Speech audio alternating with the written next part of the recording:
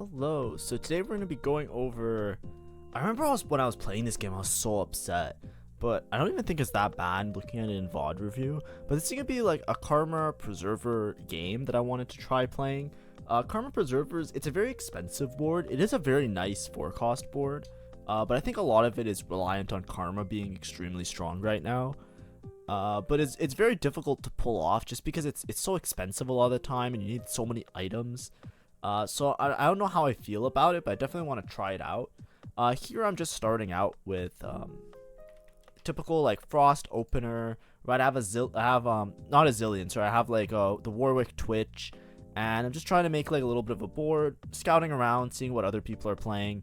And like usual, I'm gonna try and play something that's a little bit less contested, so that I have like some sense of just being able to play around something without having to worry about somebody else taking the same thing. I don't have a reroll angle, so I don't want to necessarily just commit to a reroll and take duplicators. I don't know if I'm playing AP or AD. I just decided to take Preserver Crest here.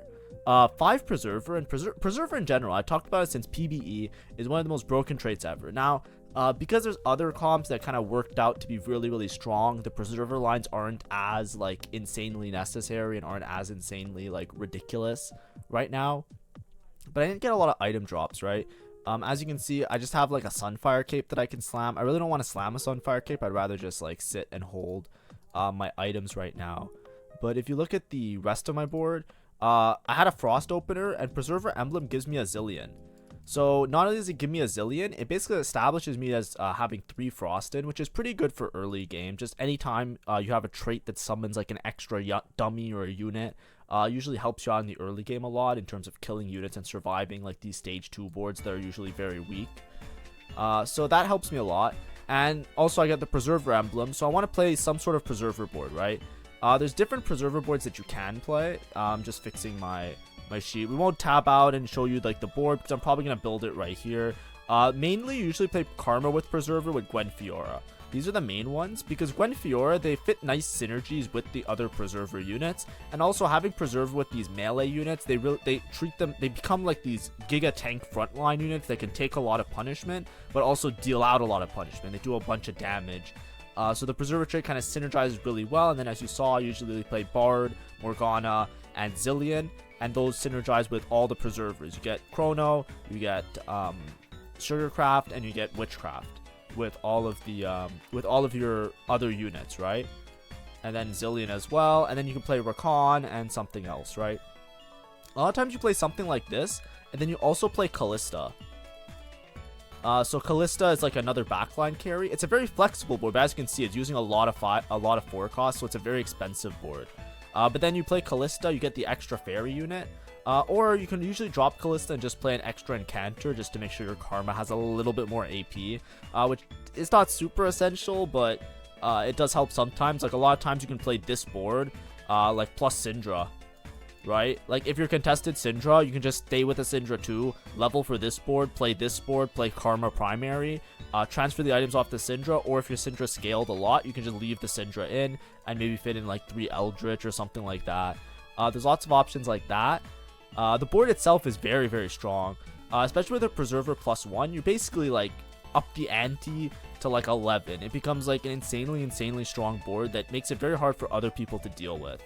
I think this game, funny enough, I'm trying to play something that's uncontested where I'm not playing towards the same comp as somebody else. I'm pretty sure this game I'm going to be like giga contested. Somebody's going to play the exact same board as me, and I'm going to have to try and improvise because I won't hit everything exactly as I'm planning, right? I won't hit this like Gwen Fiora frontline. But anyways, what we're trying to prioritize is Karma items. If we happen to get dropped AD items, we can prioritize playing around Fiora. If we happen to get dropped AP items, like too many, we can also prioritize Gwen. If we get like really good Callista items, we can just pivot and play Callista. So there's a lot of flexibility with the comp because you're basically playing around all the Preserver units as your core, and then any one of those auxiliary forecast units you can make your main carry, right? And you're trying to establish items on 2 of them. The one thing you always want to do is you want to try and get 3 items on a unit because they all add up with each other. They make the unit really strong all together, instead of separating your items on multiple units. With that particular comp, what you're trying to do is you're trying to itemize 2 carries and a tank. That's why it's really expensive, because whenever you're relying on 2 carries, sometimes you have to a little bit difficult, especially if you don't have a lot of items in the game. But either way, you want to try and itemize one of your frontline carries, either the Gwen or the Fiora. It's typically the Fiora. Then you typically itemize the Karma, and then you typically itemize the Rakan as like your main tank, and that's kind of how you structure that board in a more easier, simple way. It also benefits a lot from being able to go 9. Whenever you have traits like Preserver that buff your whole board, it helps if you have really high quality units to buff. Also, I think my music is way too loud. I think I just noticed that, and I am sorry. It's not way too loud, but it's a little bit loud. I lowered it. If that was bad at the beginning of the video, sorry about that. You should be able to hear me a little bit better now. That's back to the level that it used to be. I was watching something on YouTube before. I had to up the volume a little bit. Anyways. So here, like I said, my opener is not particularly good enough to streak. I want to prioritize making econ. I wasn't able to make the econ threshold, so I decided just to push a level to level 5. Try and fit in a little bit of extra units and be really strong. Something to note, this guy, this is just unfairly strong. It is so insanely powerful. So this guy that's level 5, 30 gold. I think this is a guy that ends up contesting me later, but he's going to have like such a head start on me just because the golem that he has, like that golem, is what's it called, the new item. They changed the gem, right? The gem support item, that yellow item that you saw on the golem. Before, it used to only proc after like a large period of time. It was like the Ascension Talisman or an artifact. They were giga shit. Like, they were just one of the worst things you can have. Everybody, you never took it. It was like absolutely dog shit. And the reason is because like a lot of times the fight would proc and it would never even establish itself. So it just sucked. It just sucked altogether. It just sucked. You just never take it. They changed it. This set, it's the best support item you can get. By far, it is the best support item you can get. Check the stats if you don't believe me. I'll let you do it on your own. Tactics.tools or whatever stat site you want. What they changed about it is that it gives you a flat damage amp, and every second it increases your damage amp. So now it works completely different. Instead of having to wait till like 20-second mark before it gives you any damage amp, so sometimes the fight would be over before the item even proc, so it was literally useless. It wasn't even figuratively useless, it was like literally useless. Now it gives you damage amp constantly. It starts with a 10% and it gives you more and more and more and more. So that changes things drastically. It's very useful. It's very strong now. And that's something just to note. Here, it's like, okay, because I'm going to be playing this Preserver line, let's get Sugarcraft in early. If I get Sugarcraft in early, then I could establish my Gwen career a little bit better. I high roll into a Mordekaiser too. Mordekaiser is one of the best tanks in the game. I think like there's so many moving parts to why Syndra is broken, and I'm starting to notice them more and more the more I like look into things and I try and understand what's going on and all of that. Mordekaiser is one of them. Like, holy shit, like a lot of times if you have a Mordekaiser 3, I feel like it doesn't matter what your board is, this guy's never fucking dying. Mordekaiser also does so much damage. Like, there's some tanks where they do damage, and there's some tanks where like they tank and they don't do damage. Mordekaiser does both. Mordekaiser's hard as fuck to kill, and then he does so much damage. He is so, like, I'm a Mordekaiser fan, by the way. Like, I don't play League, like I just play TFT, but when I would play against bots in League, like in my like, you know, late night trying to like, you know, fight the demons off in my mind, like, I would always play Mordekaiser because I always like the top lane units, and I'm always a Mordekaiser fan. I'm so happy that he's cool. I hope they don't nerf him too much, but at the same time, it's deserved. He's broken, so like, you know, whatever. So right now I'm like Mordekaiser carry, I guess. I sell the Jax to move items onto the Mordekaiser. Preserver Emblem gives double the healing. So the way Preserver works, it gives healing, like percentage max health healing every like so often. I forget the threshold of seconds. So, but it gives double to actual Preserver units. So it's a really good item to put on the Mordekaiser. It just makes him like unkillable. It's like having a D-Claw basically, or like a Giga D-Claw on him. So yeah, we go with that. Keepers, I looked in the stats before. I used to not take keepers unless it was like specific comps. Here I'm going to be playing around melee frontline units, ideally. And I'm also going to be playing around like just generally like having a lot of high quality forecast units. I'm down for keepers. In a lot of comps it's really strong just because the extra health shield for a silver augment is enough to warrant it being used, right? So I'm not really positioning around keepers right now. I should. I think I'm like talking to chat because I was live. If you come by the Twitch streams and you say hi, sorry if I'm ever tilted.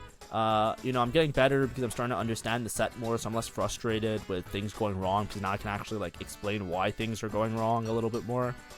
This game was funny. This game I got really tilted on stream. But it was, I think it was like funny tilt because I watched back the clip and I laughed. So hopefully anybody who stopped by and saw this game laughs as well, because it was ridiculous. It was absolutely ridiculous what happens in this game. I won't spoil it. I don't even think I showed it in the thumbnail, so this one's gonna be a secret one for like all you folks that like, you know, just want to like click in and check it out. Thank you, and as a thank you for everybody that watches and subscribes. You know, you'll see some crazy shit happen later in this game, so you know, secret, I won't spoil it. But yeah, it was insane. Anyways, Preserver Crash, my Mordekaiser is doing like, you know, as much damage as a backline unit. Absolutely like giga unit right there. And we're stacking up Sugarcraft, and eventually we're just trying to play around that Karma board. I'm not slamming items here because Gnasher's Tooth isn't necessarily that, it's kind of awkward, right? With Sugarcraft you want to put the items on the board because it helps stack up the Sugarcraft. Now, I'm not going to be playing like 4 Sugarcraft or 6 Sugarcraft. I'm just going to be playing around the Gwen. So I'm not too worried about the Gwen having extra stacks because, you know, I'm probably not going to itemize Gwen because I want to play more towards Karma and Fiora. So if I get like more AP items that I would have put on Gwen, they're probably going to be dedicated towards Karma anyways. So I'm not super concerned with stacking up Sugarcraft right now. I should Keeper's value a little bit more maybe. I should position the Jax probably here. Did I forget that I have Keepers? Maybe I forgot I had Keepers. But I should position like them as like a little trio like that. To make sure that I get a little bit more value on this Mordekaiser. You know, it is what it is. It's totally fine. I think I'm still really strong, and that's why I'm not really thinking about stuff. I'm just kind of talking to chat and chilling and thinking about like my future plans. But yeah, oh, he's not even getting Keeper's value. I hope I remember that I have Keepers at one point. Oh my god, is it gonna be one of those games where I forget that I have Keepers? You know, there was one game I forgot I had Exiles. I'm so scared to VOD review that game because I hope that I lost. Because if it was one of the games that I went first, it's gonna be so embarrassing for me to have to explain to everybody of like, oh, I forgot I had Exiles. I thought it was Keepers. Because I think I literally misread it, so I just like positioned it like Keepers. Oh, that's for another day. That's not for today. That's not for right now. But anyways, if you're liking the content, make sure to like and subscribe. You know. It really helps me as a creator, like, you know, seeing if a video does well really motivates me to keep playing, as also to be more positive. You know, stuff like this is what I normally do. There's like VOD reviews. I'm gonna make a guide soon. I just haven't had the time. I usually want to do one guide per week, but I didn't get to do the guide that I wanted to do today, so we're gonna see what happens. Here's just me explaining on stream. Because these are just VODs from stream, so I'm just I do a lot of talking, a lot of yapping to let people know. Also, I'm not positioning around Keepers. Oh my god, these are so many fights. Like if I lose a fight here, like it might be Keeper's diff. Like this is the Syndra player. It's so important for me to get Keeper's value. Come on, past me. I'm spending too much time chit-chatting. Spending too much time talking to chat. I'm not spending enough time Keepersing. I don't think I would have won against this guy anyways. But there's a good chance that I would have killed an extra unit. Here you saw me slam the blue buff. That's for what's your name, for Karma. I should have slammed it earlier. Because I'm going to sell the Twitch anyways. Because I'm going to be playing around Karma no matter what. That's why I prioed getting a tier on Carousel. But man, this is so embarrassing. I think I forgot that I had Keepers. So hopefully I do that later. I don't know how much it's going to cost me. I know this sounds really dumb, and you might look at me and be like, whatever. I was a Masters level player before, but a lot of times when I'm on stream, especially if it's like a long day, and I'm like, especially this week that I haven't been feeling well, I've been talking about it in my Discord and stuff like that. But like sometimes I just boot up stream and I'm just trying my best to play, and I'm just like not as focused. I'm getting used to playing around Keepers because I usually don't take it unless it's a melee style build, right? So because I don't normally take Keepers in off melee settings, I just don't recognize the fact that I should be playing around it, which is just a definite me mistake. But I'm starting to get better at it because I'm taking Keepers, like as soon as I see Keepers I kind of take it now. Yeah, this is a Keeper's diff. I don't think it's a Keeper's diff. Like, none of these are keepers diffs, but they might make it so that I kill 1 or 2 extra units and save 1 or 2 lives, which is really important. Oh, especially towards the end of the game. Oh, God. Yeah, so this guy should always be positioned here. It's like a major mistake. But basically, if I position him here, these guys both get more shielding. Like, the backline doesn't matter that much, but it's also really important. Here I leveled to 7 just because it's a free level. Oh, I need to position better. Oh, I have keepers. When do I remember? Please remember. I hope I remember when it's like actually stage 4 at least. Here it's always Morello. Hopefully I recognize the fact that it should be Morello. Oh, maybe I make red buff. Red buff's a little bit better than Morello, I think. Oh, I found a Karma. That's huge. So Karma, this red buff. It's probably red buff, and then I'm down for even like Gunblade. Sure. Yeah. It's not the best set of items, but I want to make a 3rd item here. Also, I forgot about keepers. Oh my god. When do I remember? Do I remember at all? Oh well. Oh. Please remember. I'm cringing. It's okay. I had a Karma early, so that's good. I should be decently strong. I don't think I lose against this guy, but I definitely wouldn't have lost if I had keepers. I think I'm just too focused on other stuff. Hopefully I notice it when I pick my 3rd augment. So 3rd augment, keepers 2. I have keepers already. I should recognize that I have keepers. LDP, support golem's really good. Support golem. And now I should know that I have keepers, right? Yes. Yes. Yes, we're back. And I got gem, which is the most broken one. This was what I was talking about, so I hit it. I high rolled the shit out of this. 1 roll, Karma 2. GG. Now, I already had a Karma 1 because I high rolled it. Usually at 4-1 or 4-2, when you do your level 8 roll down, you're expecting to find 1 copy of each of the 4 cost units, right, that you need. Here I'm playing 4 Vanguard. This guy's kind of useless, so I can switch out the Warwick for sure. Or I can switch out one of the 1 cost. I switch out the Blitzcrank. But basically, I'm just playing 4 Vanguard here. I have a Karma 2. I can probably go level 9, unless like some boards are really strong. Now, this guy was a Recon Bob guy. He was playing Syndra, and he pivoted to Karma. So he was originally a Syndra player. This is kind of rough because he's playing like the exact board that I want to play. He has a Morgana already, but he's basically playing Karma Preservers. So all my units are contested, and I just got to cross my fingers that he doesn't hit that many Gwens and Fioras. As you can see, my board is still a whiles away. I don't have any Gwens, I don't have any Fioras, but we play flexibly in the sense that we just make a Vanguard front line, right? It's fine. Stacking a vertical trait when it's like a defensive vertical trait is never, it's not like it's good, but it's not bad either, right? So 4 Vanguard is really strong because Mordekaiser is really strong.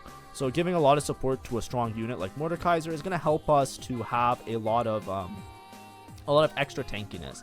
Oh, this is the Karma guy that maybe contests me hard. Okay, so it's a separate Karma guy. So I'm like 2-way contested by Karma now because basically that Syndra guy pivoted into Karma. So this guy's holding my units, but then also this guy. So if you look at this guy's spot, this was the guy that he was like way ahead of me in terms of like gold and all of that. So I expect this guy to be way stronger. He also is Young Wild and free, so he has really like pick of the litter. His Karma items are kind of shit. He has no mana item, and these items aren't particularly good, right? But he does have Fiora and Gwen, as well as the whole Preserver line, and his Golem is really strong. So it's a little bit scary for me.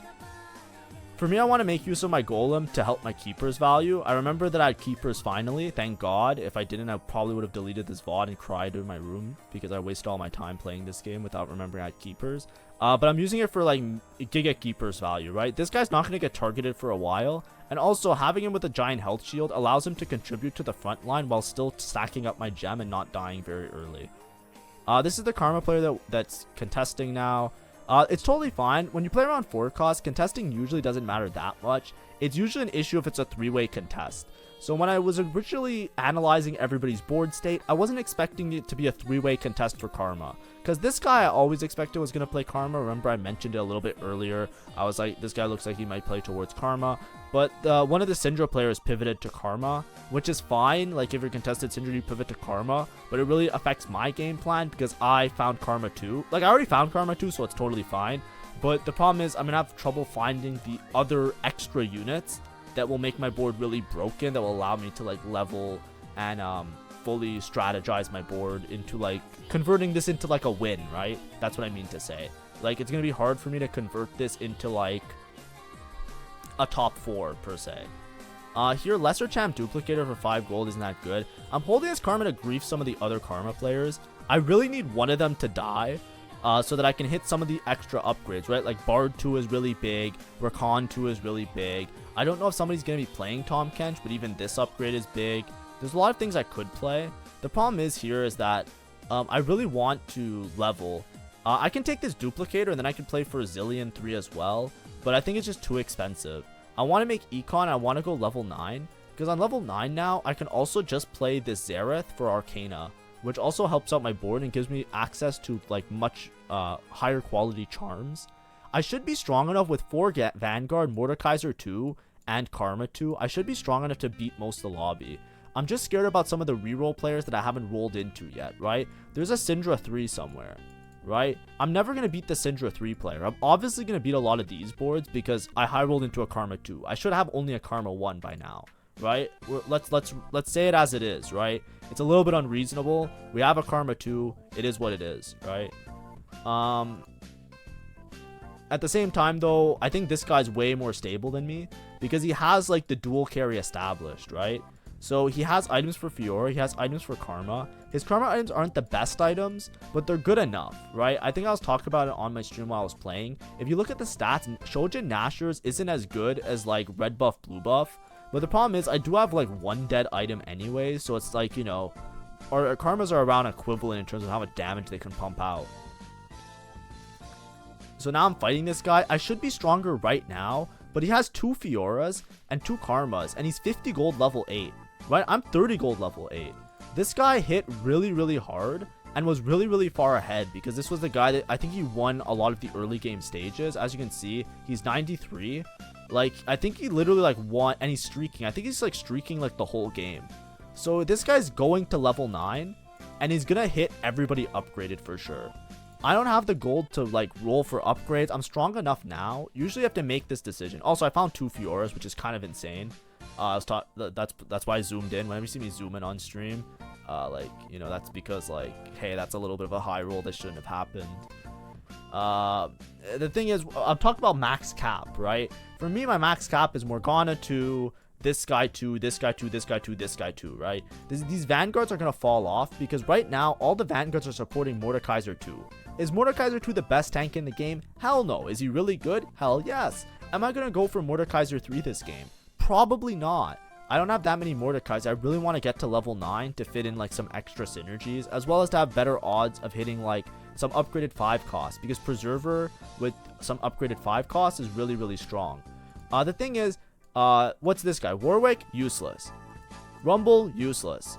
Tahm Kench, he's Tahm Kench 2 would be really strong, but Tahm Kench 1, useless. So I'm playing a bunch of dead units on this board strictly for the purpose of supporting this Mordekaiser.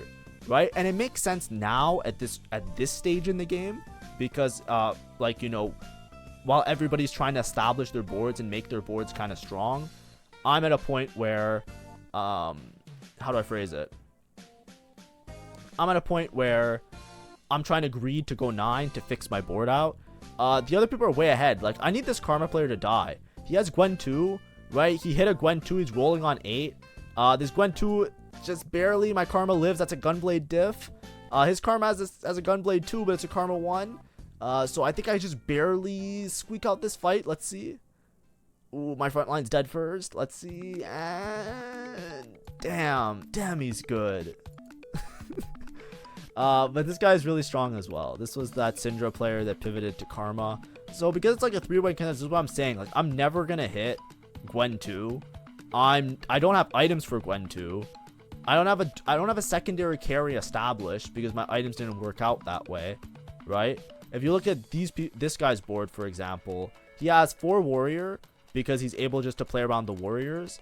And he has 3 Preserver, and he has a Gwen 2 and a Fiora 2. Right? He's just way ahead of me on gold. So it's going to be really hard for me to establish everything. Here, my position got screwed up because of the target dummy. Now I'm playing the Syndra player. I always lose to the Syndra player. It's Syndra 3. Let's be real here. Syndra 3 is going to rail me.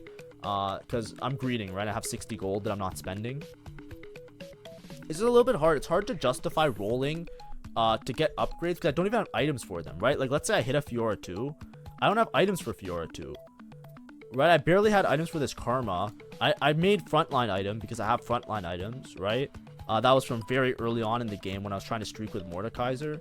Typically, you want to preserve all your items. You want to make like BT Sterex, like really strong melee items to itemize these guys, right? But as you can see, like, look at my items, right? I made Thieves Gloves because, like, you know, I got 2 gloves. I made a Nashers because that's what was left over after making Thieves Gloves. This was slammed really early on, and the rest were my Karma items. So, you know, it is what it is. Sorry, my mic stand is falling. Give me 1 second. Okay, I'll just hold the mic for the rest of this video.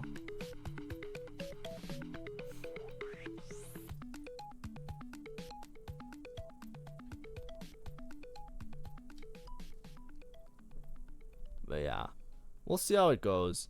We're not in a bad spot, right? I'm not saying that we're in a bad spot, but I am saying that we will have a harder time capping out our board relative to the other people. See, this guy, level 9, everybody upgraded. There's no chance I beat him now, right? I was beating him for most of the game, but now he's level 9 and he has his whole board upgraded. So what do I do about that? There's very little to be done. That's what I was trying to say before, right? Even though I high rolled into this Karma 2, I wasn't particularly rich, and because I was like 3-way contested, it made it really hard to find those extra units. And that's just like a little bit rough. Which is fine. It is what it is. You know, we can't really complain too much. But I'm just trying to explain why it worked out to be as such in this VOD. So my arm's getting tired. I have to hold this mic. My mic stand literally fell off my desk. I don't know why. And my desk broke. Talking too much into this mic. We leveled to 9 now. I'm trying to roll. I'm probably stuck playing this inferior version, which is fine. I could have tried to roll earlier to like find the units before the other people hit their boards, but you know, that's a little bit it's a little bit risky to do. Whenever you're rolling with a little gold, it's like it's hard to cap out anyways. I want to go 9 because I just wanted better odds. And then what's this? What's this? Wait, can we go back for a second? Did I miss something? I don't even know. I wasn't even looking at the side of the screen. Did you see anything crazy going on here? What happened here? Let's go back a second. I don't even know when this happened. Right? If somebody can tell me in the VOD when it happened, I'd be glad to look. I don't even know when this happened. I don't know what's happened in the game. I don't know when this happened outside the game. I'm here trying to focus on how I'm going to go for a top 2, top 3. Because I'm trying to optimize this Karma board. I'm trying to figure out what to do. I'm looking at this guy. He still has Karma 1. I'm like, maybe there's a chance I can beat him if I hit Rakan 2 and I get some melee units on. And what's this? I'm just like sitting around. I'm like, okay, let me figure out what I'm doing here. 34 HP, you know, let me push level 9. Let me get some upgrades. Like, you know, I'm looking for Morgana. Morgana gives me 5 Preserver. That's pretty big for me. I probably should buy Callista. Maybe I can itemize Callista at one point. Who knows? Getting a Champ Duplicator, I'm thinking about it. Just too expensive, so I can't necessarily dedicate it. Tahm Kench upgrade's good. I can drop 2 Vanguards and just play around Tahm Kench. And what do you know? Okay, level 9.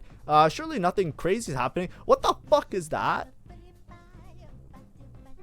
When the hell did that happen? Excuse me? I didn't see it on the side. Like, what? He's level 8. He's level 8. What? I got set 12. I got set 12. Like, what the fuck is that? It's a Briar 3. That's a Briar 3. If you guys don't know, there's only 9 Briars in the game. How the fuck did he hit a Briar 3? Can somebody explain to me? Okay, but I'll explain to you now. I was trying to do, like, reaction to be funny. I was pissed during stream. Because I'm like spending all this time. I never scouted this guy, right? A lot, because he wasn't in my pool to fight. You know, like when there's a little X here, that means that that's somebody that you have the potential to fight next round. For the last couple rounds, I didn't have to fight this guy, so I didn't see anything. This guy just went for the full win thing. He took Pandora's Bench. So Pandora's Bench, if you don't know, it rolls into a separate unit, right? And now I fight Syndra. Now I'm fighting Syndra 3. Great. But whatever. I digress. His items are kind of shit. I think he took the augment. Like, he took the thing that's like, turn all your artifacts into Ornn artifacts for a turn. I don't know how his items ended up so shit. I definitely don't think he chose to put those items on the Syndra. But luckily, I beat the Syndra player. This guy's a Briar 3. So I'll tell you what I'm pretty sure happened. This guy played for the 3-star 4 cost, right? Pandora's Bench basically lets you reroll any unit into another unit. So this guy was rolling 4 cost units, and he took Reinforcement. So I'm pretty sure what he did is he had a 2-star 4 cost, and at one point he took Reinforcement to get a 3-star 4 cost, right? Because you can just take Reinforcement, get a 2-star 4 cost, and then roll it on Pandora's Bench. So I don't know when he hit the 3-star 4 cost, but I didn't notice it, and that's my bad. I didn't notice it to see it. I didn't scout him because I was so busy, preoccupied trying to fix my board and being contested 3 waves of karma and talking to chat and doing all of that. You know, I forgot about keepers for half this game. So, you know, I didn't notice any of it. And then when he had a 3-star 4 cost, I think what he did is he got the charm. There's a charm that lets you upgrade a 4-star 4 cost into a 5 cost. Right? So I'm pretty sure that's what happened. He got the charm that upgraded a 4 cost into a 5 cost. He hit the 3-star 4 cost. He would have won anyways with the 3-star 4 cost. But now he just has a Briar. There's nothing I can really do about that. And I fought him as soon as he got the Briar 3. And I'm fighting him again. Right? I'm fighting him 2 times on cooldown. So the problem with me fighting him twice is that my health is just significantly lower than that of my opponent. So, you know, I got really unlucky. Right, I didn't fight him for the entire stage that he didn't have the Briar 3, and then as soon as he has a Briar 3, I fight him twice. So I instantly just lose. 3-star 5 cost is an instant win con. They make it like that in TFT because it's so hard to hit and so unreasonable that you get rewarded that if you ever hit it, you just get like a free win basically. But yeah, that's the game. GG. God damn it, my mic stand's leaking sparkly shit because my mic stand broke because a piece of metal broke and now there's all like metal bits everywhere. Alright. It's a crazy video. Isn't that a crazy game though? Would you have expected I would have lost to a Briar 3 on level 8? Like, you know, like it's not even like it was on my radar because I'm like, okay, I'm level 8, the other guy's level 8. I didn't scout him a single time. That's my bad. That's poor scouting on my end. You should always be aware of what everybody's doing, even if they're not in your pool or anything like that. But man, what a game. And this is the Karma player that's just stronger than me, so I'm pretty sure I lose to this guy anyways. So after all that, I got a Karma 2 instantly on level 8. And I had Preserver +1, 5 Preserver, hopefully. And yeah, it's just a 4th. Or sorry, it's just a 3rd. But you know, GG's. During my stream, I was pissed off because I'm like, how in God's name did this guy get a Briar? How did he have a Briar 3? I was so confused and I was angry. I was like, this is so unlucky because like this was the first game. I think I never hit a Karma naturally in any of my games of TFT. Every time I play this comp, like I'm sure you guys haven't seen Karma video. I think I posted 1 Karma video on this channel. Every other time I played Karma, I went like 8th because I just never found a Karma. And the video that I posted when I played Karma, I found her really late. That was the Blinding Jewel one a couple days ago. I literally like spent all my gold and I went 4th because I didn't find any Karmas for like most of the game. And I spent all my gold rolling on level 8 trying to find a single copy of a Karma, right?